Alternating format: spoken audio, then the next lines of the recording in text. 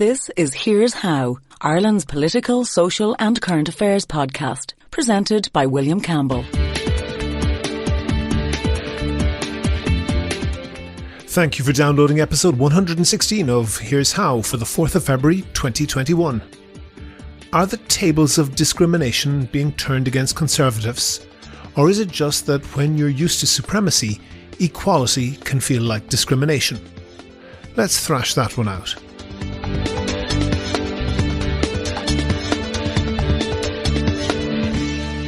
Here's How is Ireland's political, social and current affairs podcast. Make your view heard. Just dial 076 603 5060 and tell the world what you're thinking. Your voicemail may be included in the next podcast. You can find tips on recording your contribution and other ways to contact the show at here'show.ie/call. Coming up on today's podcast. In Irish society, the church met the demand.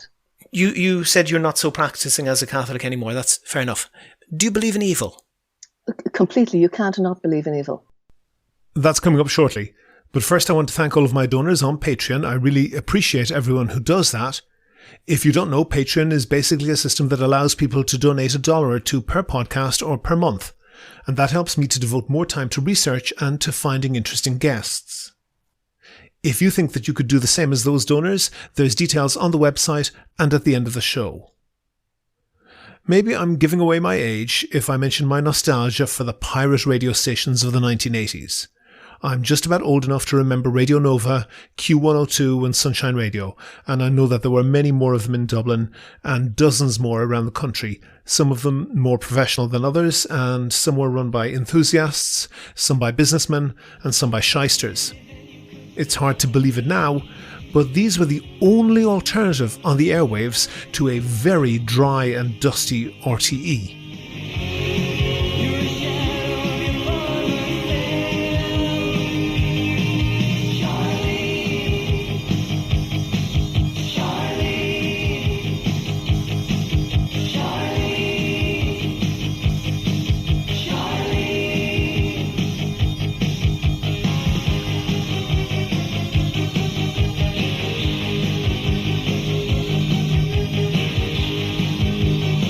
The brand new single from the band, Light a Big Fire, to keep the legion of Irish fans happy. That's called Charlene, and it is going to be absolutely huge. 27 minutes to 4 o'clock on Better Music Dublin, where it is all so much better. I just love feedback. Here's Matt Bianco, Undercover. Radio 2, as it was then called, was set up to try to stem the massive hemorrhaging of listeners to the pirates, who mostly operated totally openly, giving out their phone numbers and addresses on air and selling advertising to major businesses. At one point, Radio Nova crashed the entire telephone system of the Dublin region when so many people called trying to win a cash prize. RTE was so frustrated that the pirates, who were all broadcasting illegally, were taking so much of what they saw as their audience that they, RTE, resorted to breaking the law themselves and installing illegal transmitters to try to jam the pirate signals. There was a lot of political instability in the 80s, which meant that the various governments had little motivation to offend the huge swathe of voters that listened to them. Then Fianna Fáil formed a majority government in 1987, and by the end of 1988, almost all of the pirates were off the air, with the promise of commercial broadcast licenses to come. But this isn't about the pirates, really.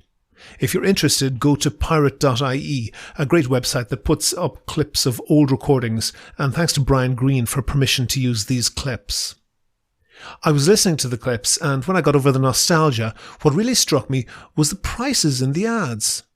So, for the first time ever on the podcast, let's have an ad break.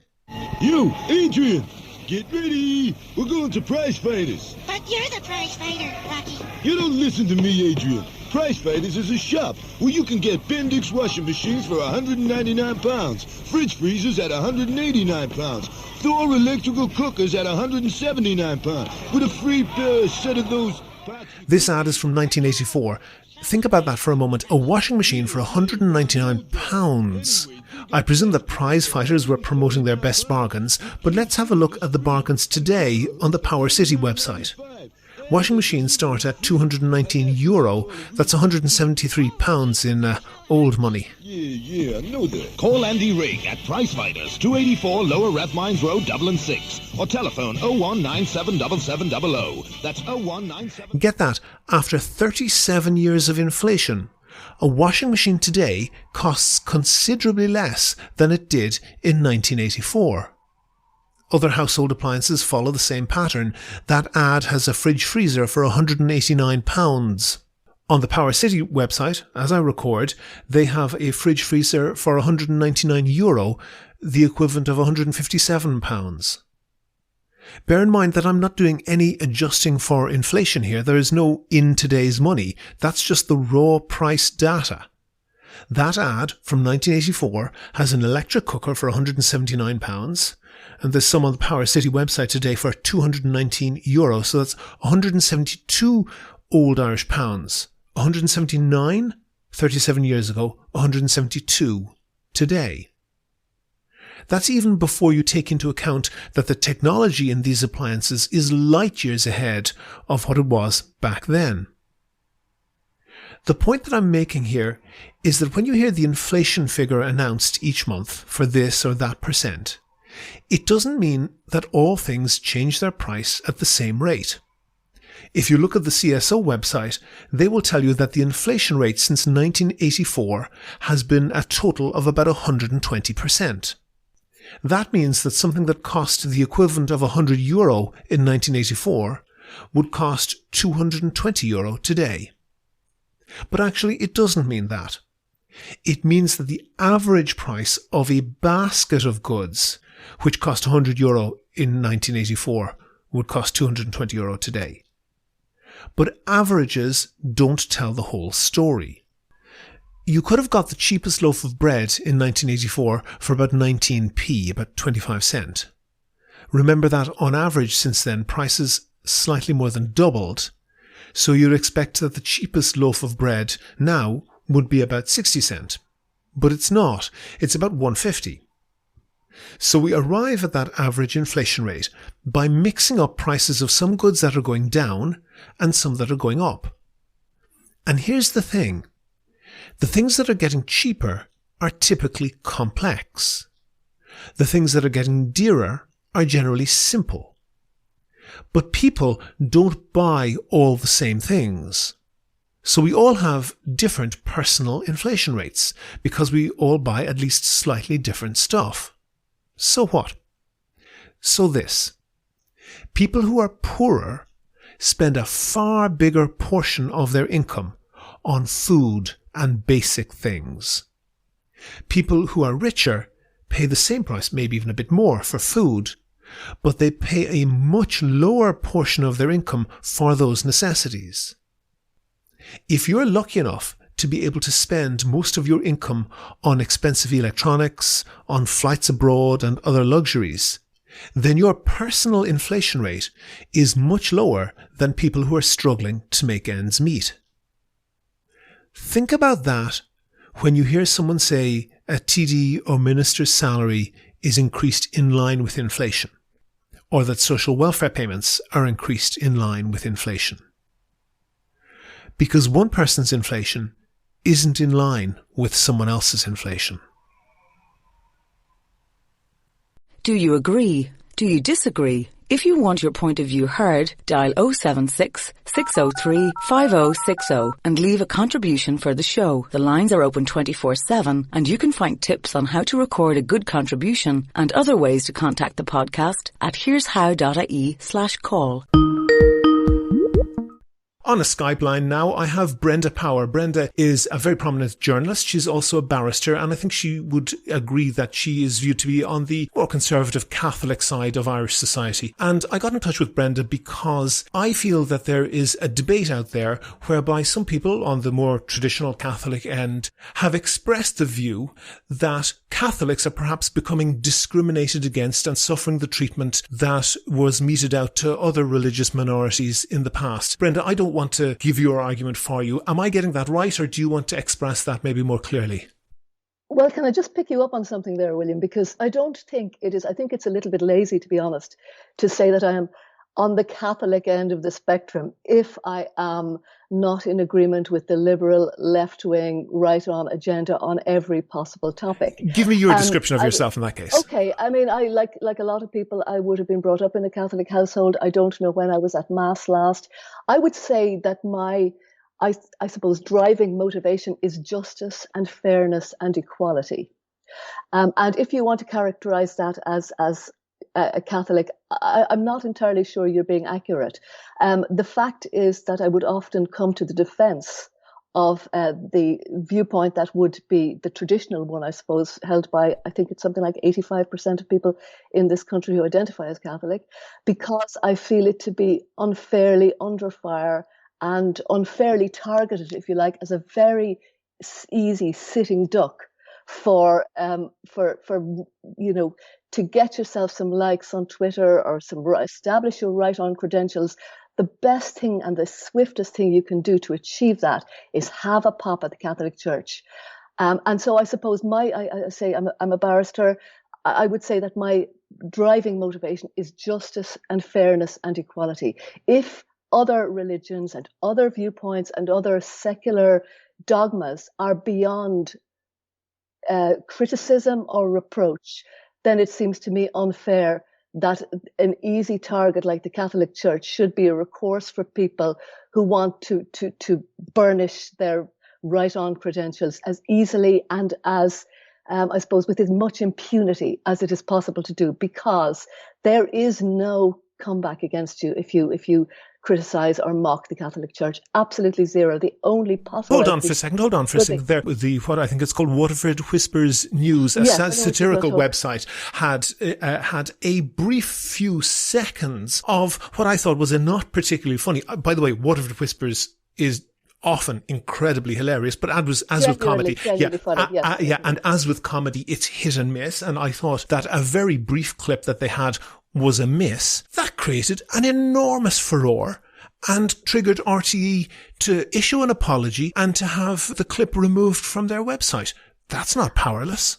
I know it is quite an obvious comparison to make, William, but the Catholic faith, if you're going to start taking a pop at rather absurd conceits in religions, I would say that the Catholic Church is not alone in having some fairly, Hold on a second, Brenda. The Catholic Church regularly describes one section of Irish society as intrinsically disordered and evil, and that is reported soberly on RTE news programmes. Who's that? The Catholic Church holds as a position that homosexual people are intrinsically disordered and are evil, and that is reported soberly. Okay, go ahead. Please. No, please. You were asking me why there was such outrage over the parodying of a fundamental tenet of the Catholic faith. And why should it not be, I guess your question is, why should it not be fair game for mockery? Because it is kind of, when you look at it, it doesn't make a whole lot of sense. And my point is, if you are absolutely far ahead, but be fair, be just, acknowledge that there are other religions which are apparently untouchable, because for very good reasons. We know why, for instance, the Waterford Whispers did not have a pop at the Muslim faith, for example. And that strikes me as cowardice and weakness and injustice. So if you are going to mock a faith, mock all faiths. Because, I mean, there are absurdities and there are inconsistencies in other religions. And my point is, there's all that happened after about 2 or 3 weeks, I think. That particular, as you say, spectacularly unfunny piece of footage was removed.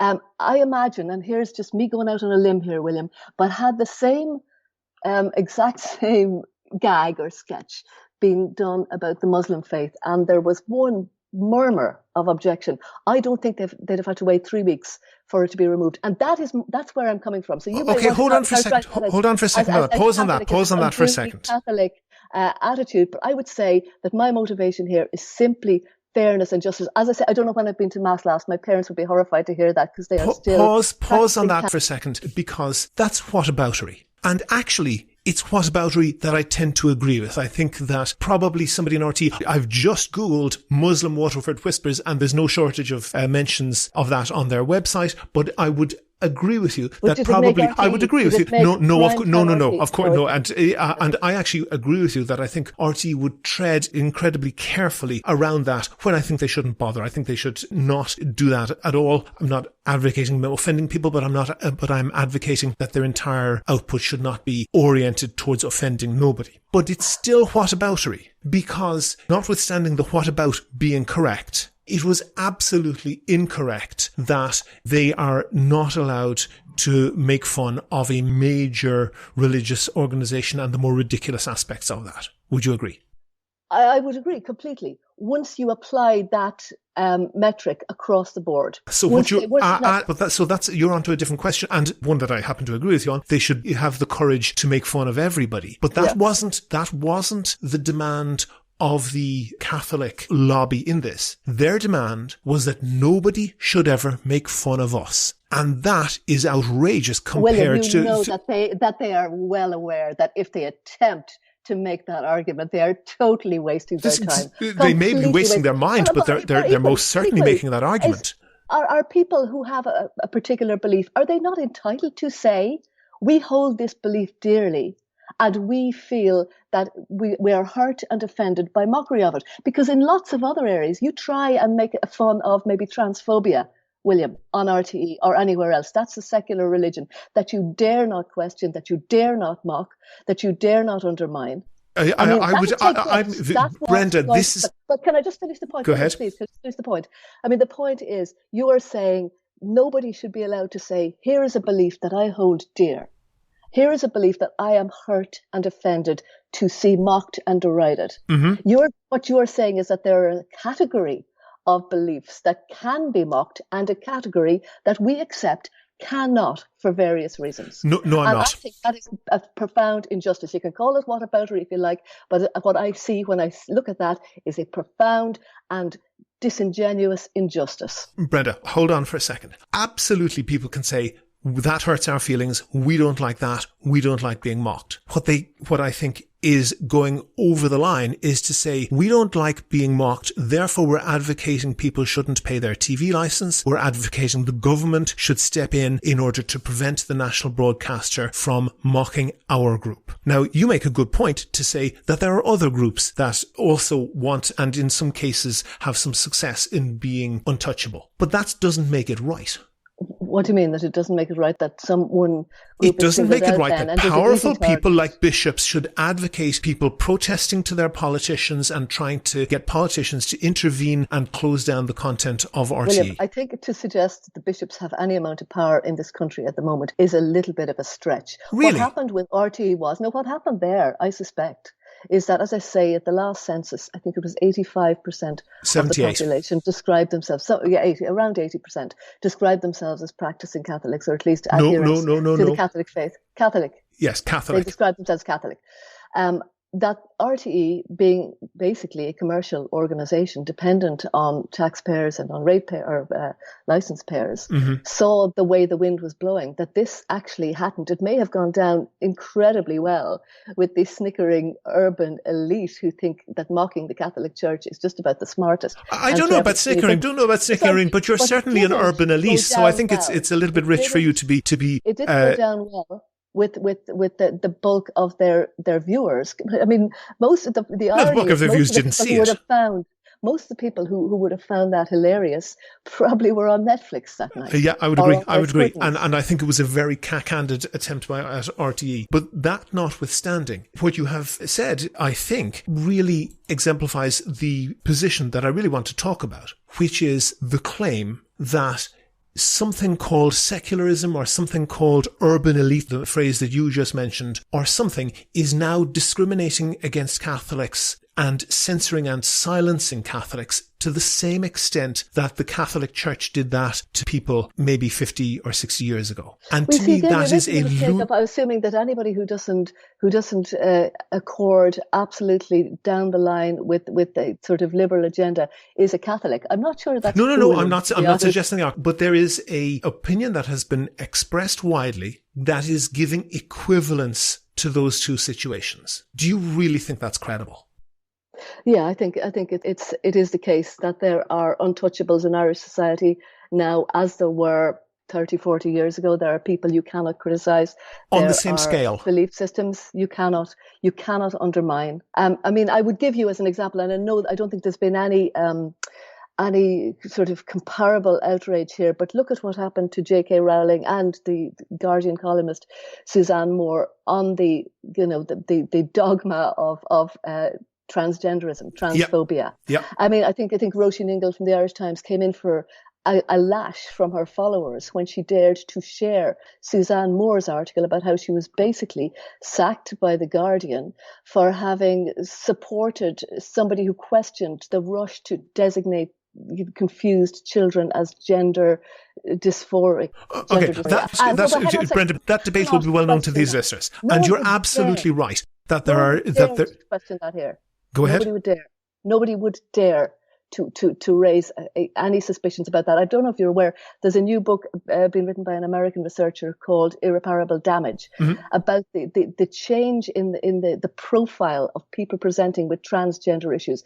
10 years ago. I'm not going to get into the transgender debate, but I understand entirely that you're saying that Suzanne Moore was essentially forced out of The Guardian. J.K. Rowling has come in for very sharp criticism. Let me just for the criticism. She's been absolutely mastered. No, hold on for a second. All of everything that has been done to J.K. Rowling is verbal. She's been said, horrible things said about her. Some people will agree with them. Some people may not. Some people will. Economically, some of her publishers. J.K. Rowling is a billionaire. I'm not going to be too worried about that. But just put that in contrast. And I just want to read. If you have money, it's okay to. No, absolutely not. Absolutely not. And I agree, by the way, that there are undemocratic and anti-intellectual motives to some of that criticism. And I think that it's wrong, flat out. But what I'm questioning for you, Brenda, is not the fact of that, but putting the two things in comparison. I just want to read a short piece from a tweet by Luke Ming Flanagan. And Luke Ming Flanagan, MEP, former TD, wrote about the mother and baby homes. And I just want you to listen to this very short quote from him. He said, "You've had your bit of fun, now feel the bloody pain. Those were the words said to my mother as she was screaming in pain while giving birth to me. They were said to her by a bride of Christ, or a nun for those who don't follow the lingo. Now you'd think the nuns would have loved my mother. Catholic, didn't believe in contraception, pro-life as the phrase goes, 4 children already delivered for God. My father was even a carpenter. But they didn't love my mother. They loved no one, just hated. Hated the fact that this world is uncontrollable, full of free people with free will, full of unpredictability. However, that didn't stop them from attempting to control it. Whatever it took, it meant making my mother feel dirty for having enjoyed the love of my father. Even when my mother had followed their teaching, that wasn't enough. It had to be hell. Any bit of fun wakes the devil, so it seems." I think that it is outrageous to compare even the quite nasty things done to people like J.K. Rowling. It is outrageous to compare them to the mass infringements of human rights that were carried out by, for example, the nuns in the mother and baby homes. The scale and the scope and the seriousness of the crimes committed, to belittle them by comparing them to Twitter wars, is really off the scale. It is, but what you have is the same mob mentality that circulates around anybody who dares to transgress or step out of line. But can I just come back to your point there with regard to the mother and baby homes? I don't know if you heard that overnight, I think it was announced that Arlene Foster has announced a review of mother and baby homes in the north of Ireland. 10,000 women passed through those in their time. At least half of them were run by the Protestant faith. Now, we have... Are we going to whataboutery again? I don't know how that's going to sit with the conclusion which you have just articulated there, that the entire wrong and only the wrong that was done was... I never used the word only. ...by the nuns. No, but you very clearly said, William, the nuns. Okay, so I mean, here's my problem with that. Who were these nuns? Where did they come from? Were they foreigners? Were they from the north? Were they British? Or were they products of Irish homes, of Irish values, of Irish society? Where did they hear those things they said to the women? Where did they pick up those attitudes? It is way, way too easy and too convenient to say the nuns, done, dusted, wash our hands of it. In 50 years of Dáil debates, William, the word unmarried mothers was never mentioned. Yet last week, politicians were quick to say, not us, oh no, it wasn't us, we were never to blame. Nobody wanted to know. Those women were put into those Brenda, places. do you have anything other than whataboutery? No, they weren't put into by their families. Not always. Any other term? Do you have any other term to address what I am saying? Let me absolutely address that. Let me address that. Let me address that precisely. What about it? What I'm saying is, are you seriously suggesting that what the nuns did in those homes, and no one's denying them, by the way, but that in the course of 60 years, that there was not complicity by the wider community? Are you seriously saying?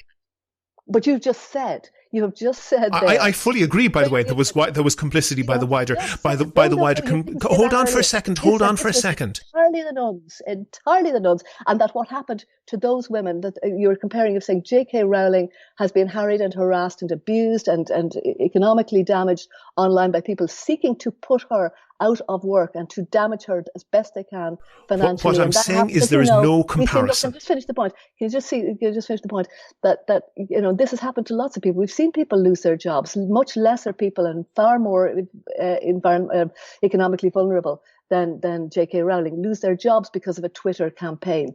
And what I'm saying is the same mob mentality that drove those women into these homes, that drove them out of their communities, that made it, or at least made the families believe that it was untenable for them to keep them and to raise the kids and to thumb their noses at the squinting windows, is the exact same mentality that now gathers people with their virtual pitchforks and flaming torches to round on somebody who has transgressed online. Hold on for 1 second. Embedded in that argument, embedded in what you're saying. You feel good about yourself. There's a great quote from Winston Churchill. Brenda, I'm going to stop you now for a minute because you're going way off. I'm going to answer the point that you made. Brenda, hold on for 1 second, please.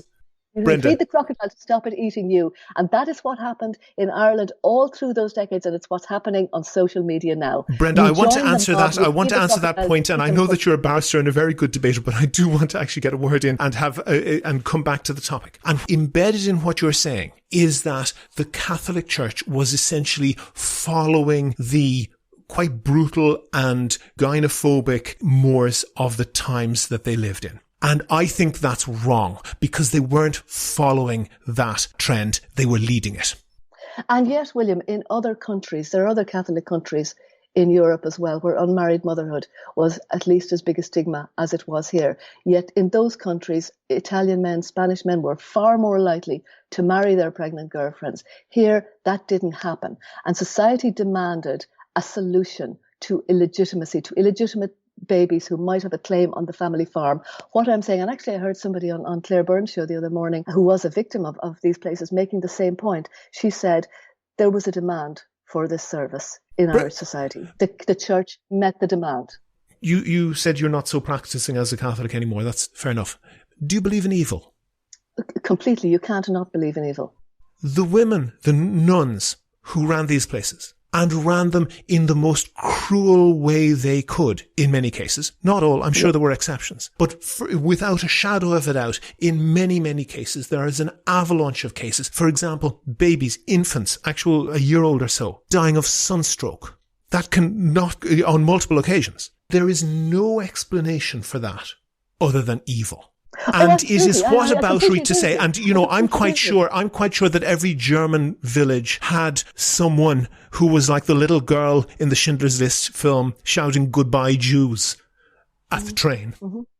And just because there was no doubt people saying goodbye with whatever insult to a young woman who was pregnant, just because they existed, didn't diminish the guilt of the people who are taking them away and torturing them. Isn't it Godwin's law that eventually in any debate somebody's going to mention the Nazis? Once in a while it's appropriate. No, but... Answer, Brenda, don't divert. Answer the question. The guilt of the wider society does not diminish one whit the guilt of the people who did that.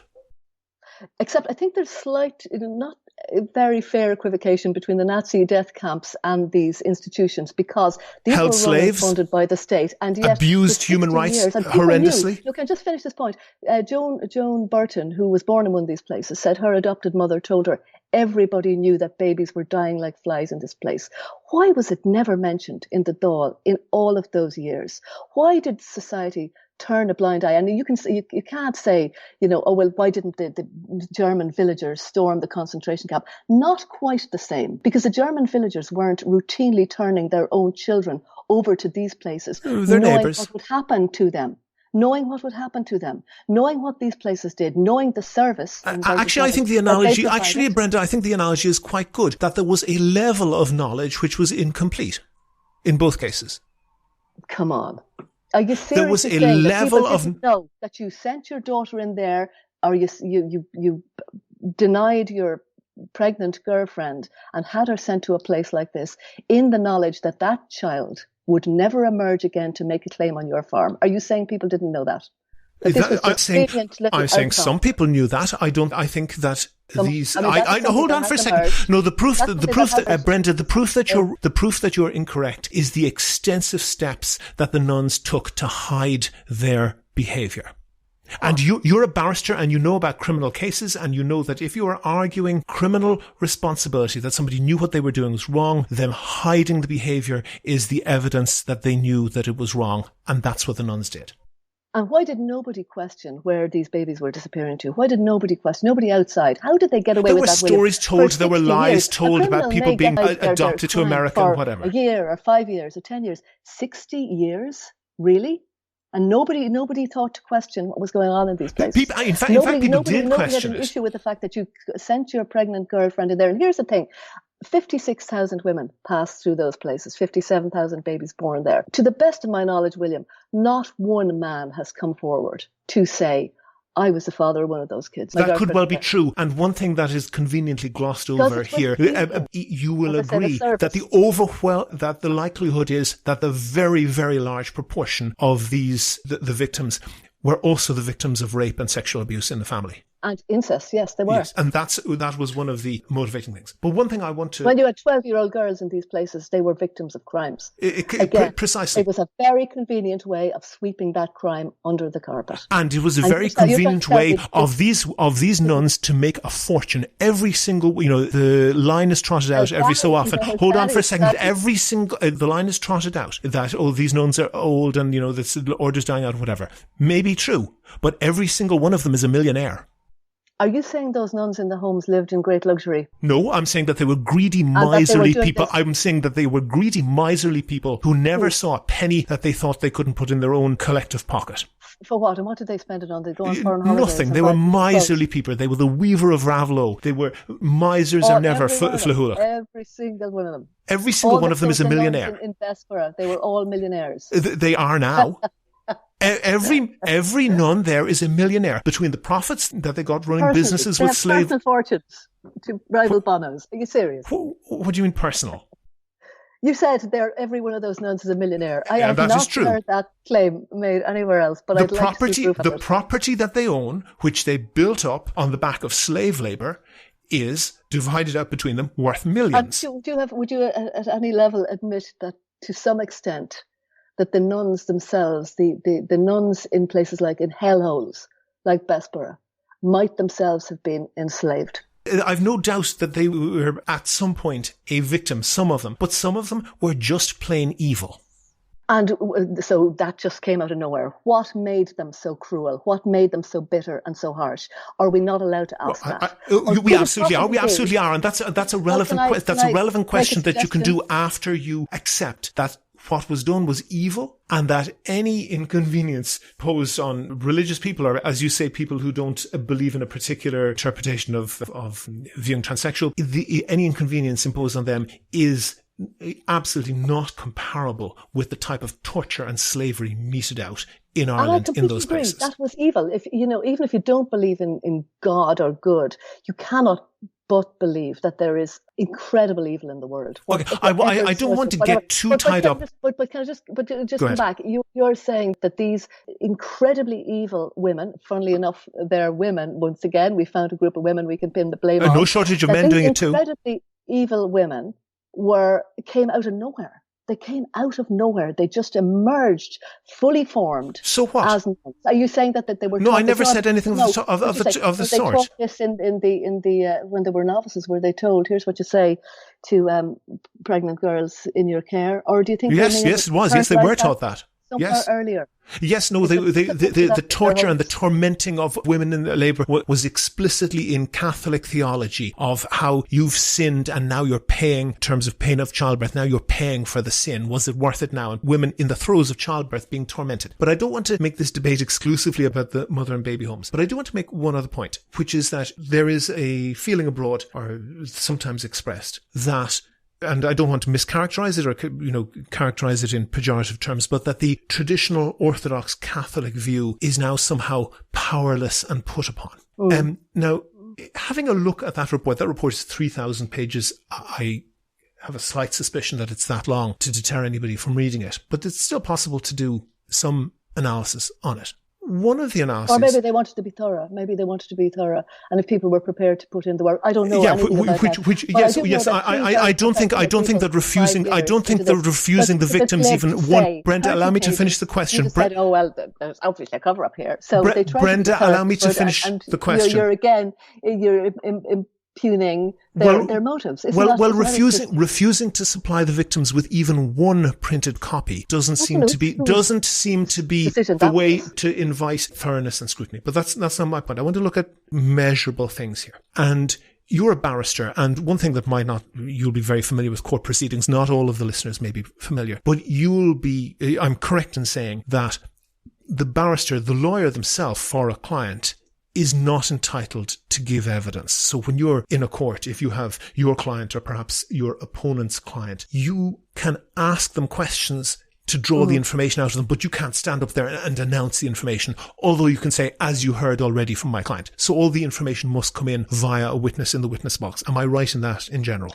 Well, you can put allegations to them in cross-examination. Client will say. It will say, yes, but it is via the witness. And you have, as in any profession, you will have ways of coping with that. And there's one phrase that I'm kind of familiar, and I'm sure you're more familiar with it, that barristers do when they want to put a question mark over what somebody is saying. They'll say something along the line of, you're up here telling this story about how you fell on the wet floor and broke your ankle. And the word story in theory is neutral, but it is used pretty frequently to call into question the evidence that you're getting. That's correct, isn't it?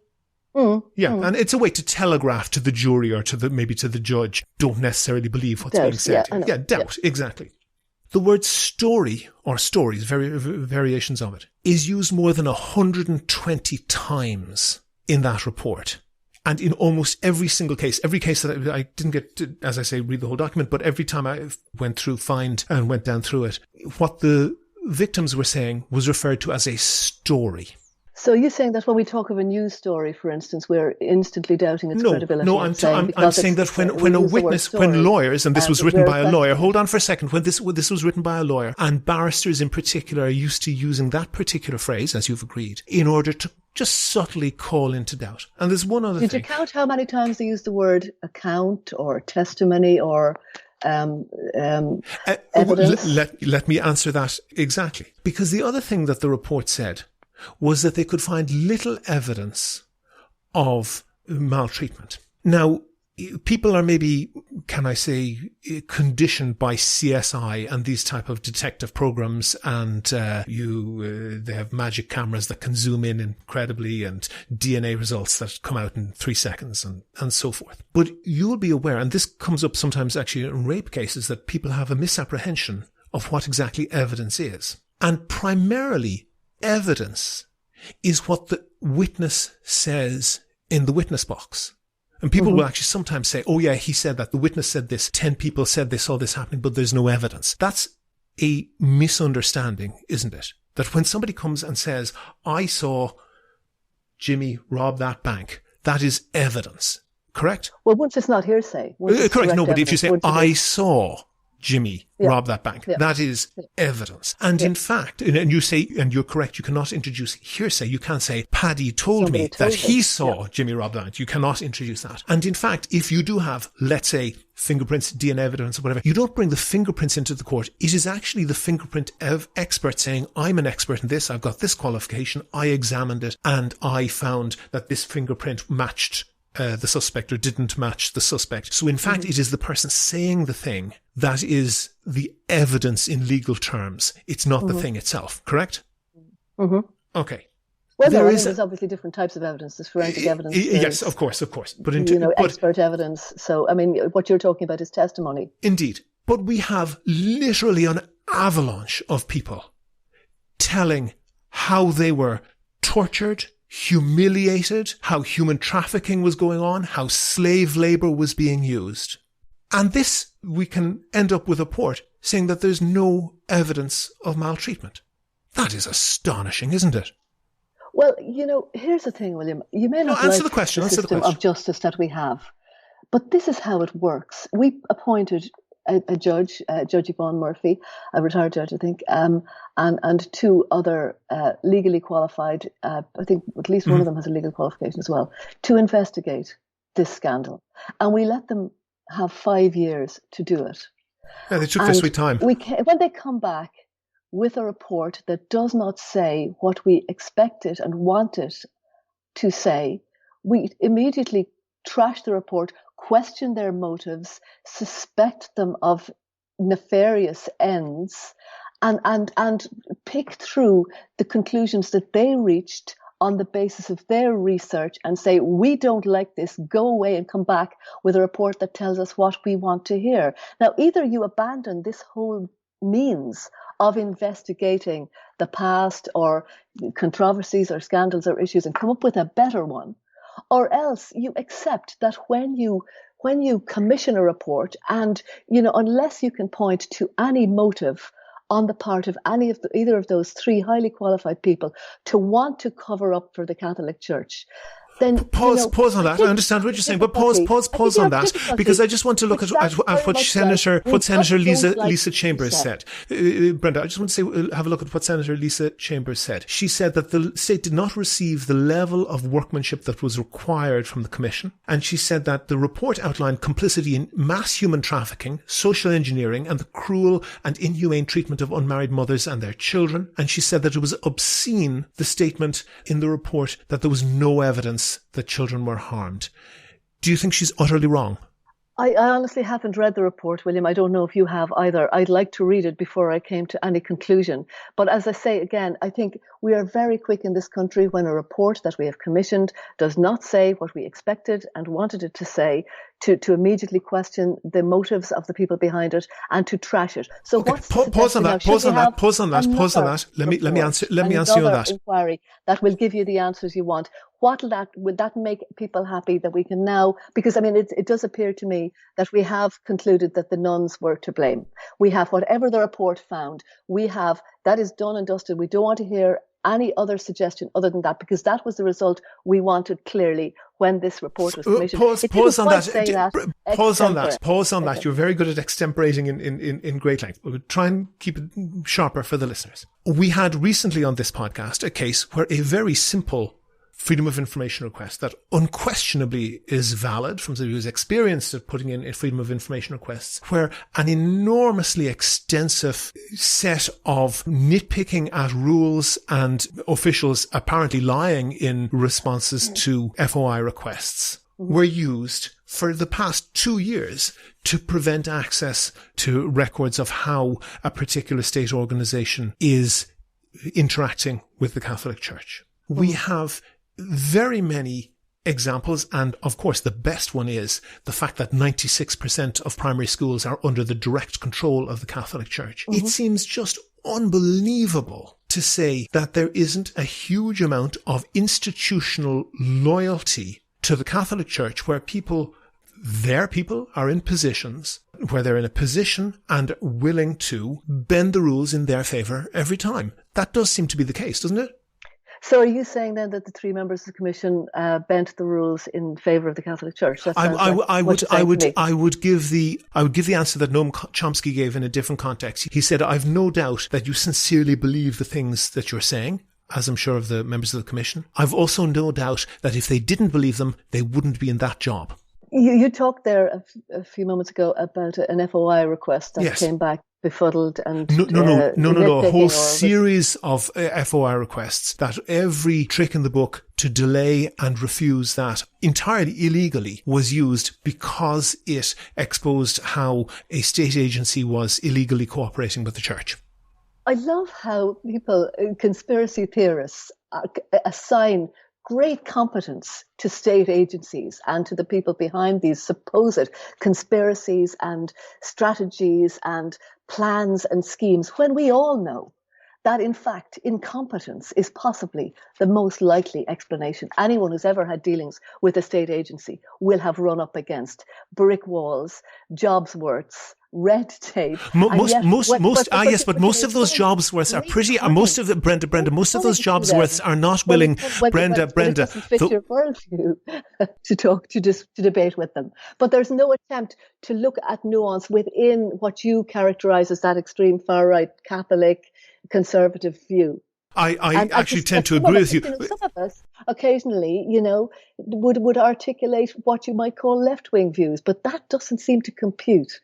That does not rescue us from that little sort of file on the researcher's Rolodex or whatever that identifies you as belonging to this box. I completely agree.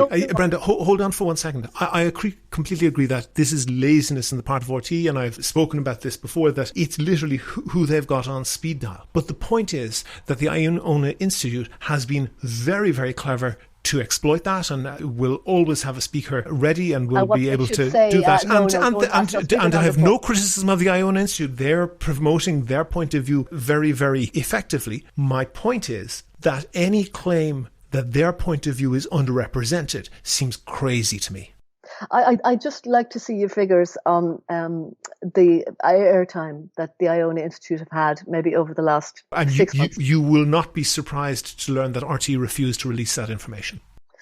Well, I mean, I can't think, honestly, William, when I last heard one of the people you named on radio, but that may be just... I'm doing a Google search here, this occurrences within the last week. But point is that, can you put your hand on your heart and say that their point of view doesn't get a fair shake? I mean, and should it not get a fair shake? Oh, it should, absolutely. But what I'm countering is the claim that they are somehow being excluded and being censored and silenced. And they make this point about being censored and silenced on the radio shows that they're on the TV shows that they're on their newspaper columns, and on extensive other media access. It seems to be a little bit of a cheap shot to avoid actually engaging with the argument. Oh, no, hang on a second. You can't accuse somebody like, again, Breed O'Brien or Maria Steen or David Quinn of not engaging with the argument. They're up for it every time. But it's an easy thing to do. Come on, Brenda, it's an easy thing to do. That when you're on the back foot, you say, oh yeah, there you go, criticising us again. We can't come on here without being criticised, and to go off in a huff until people have forgotten the question. They're a little bit more sophisticated than that now, in fairness. Not always. Oh, nevertheless, you're correct that they're very good debaters. Brenda Power, we have gone on for way too long. I really appreciate you coming. You coming on. I hope you are remaining sane in your isolation there. Yeah. I'm not exactly in isolation. I'm here with 5 kids, so it's quite a busy household. But yeah, I think I'm remaining sane, William, and I enjoyed that. Thank you very much for having me on. It was a lot of fun. If you like the Here's How podcast, please rate and review the show on iTunes and other podcast providers. Share it on Facebook and Twitter. Tell your friends. But most of all, make your views heard. Call us on 076 603 5060. Go to the website for sources and references from the show. And while you're there, you can like the show on Facebook, follow the show on Twitter at Here's How Podcast, and follow Brenda at The Brenda Power. And get in touch with me if you can suggest a guest or topic for a future show. And thanks again to all of the patrons on Patreon. Their donations allow me to devote time to research and finding interesting guests. And if you'd like to do the same as them and donate $1 or $2 per podcast or per month, please do go to patreon.com/here'show. That link is on the website. Also there you can find out how to subscribe to the podcast for free on your computer, on your phone, or by email. All that information is at www.here'show.ie. The next show will be uploaded on the 17th of February. I'll be asking the Sinn Féin housing spokesperson, Owen O'Brien, if their policies are any more economically sensible than the government's. The Here's How podcast is produced and presented by me, William Campbell. The assistant producer is Kevin Wolf. Thanks for listening.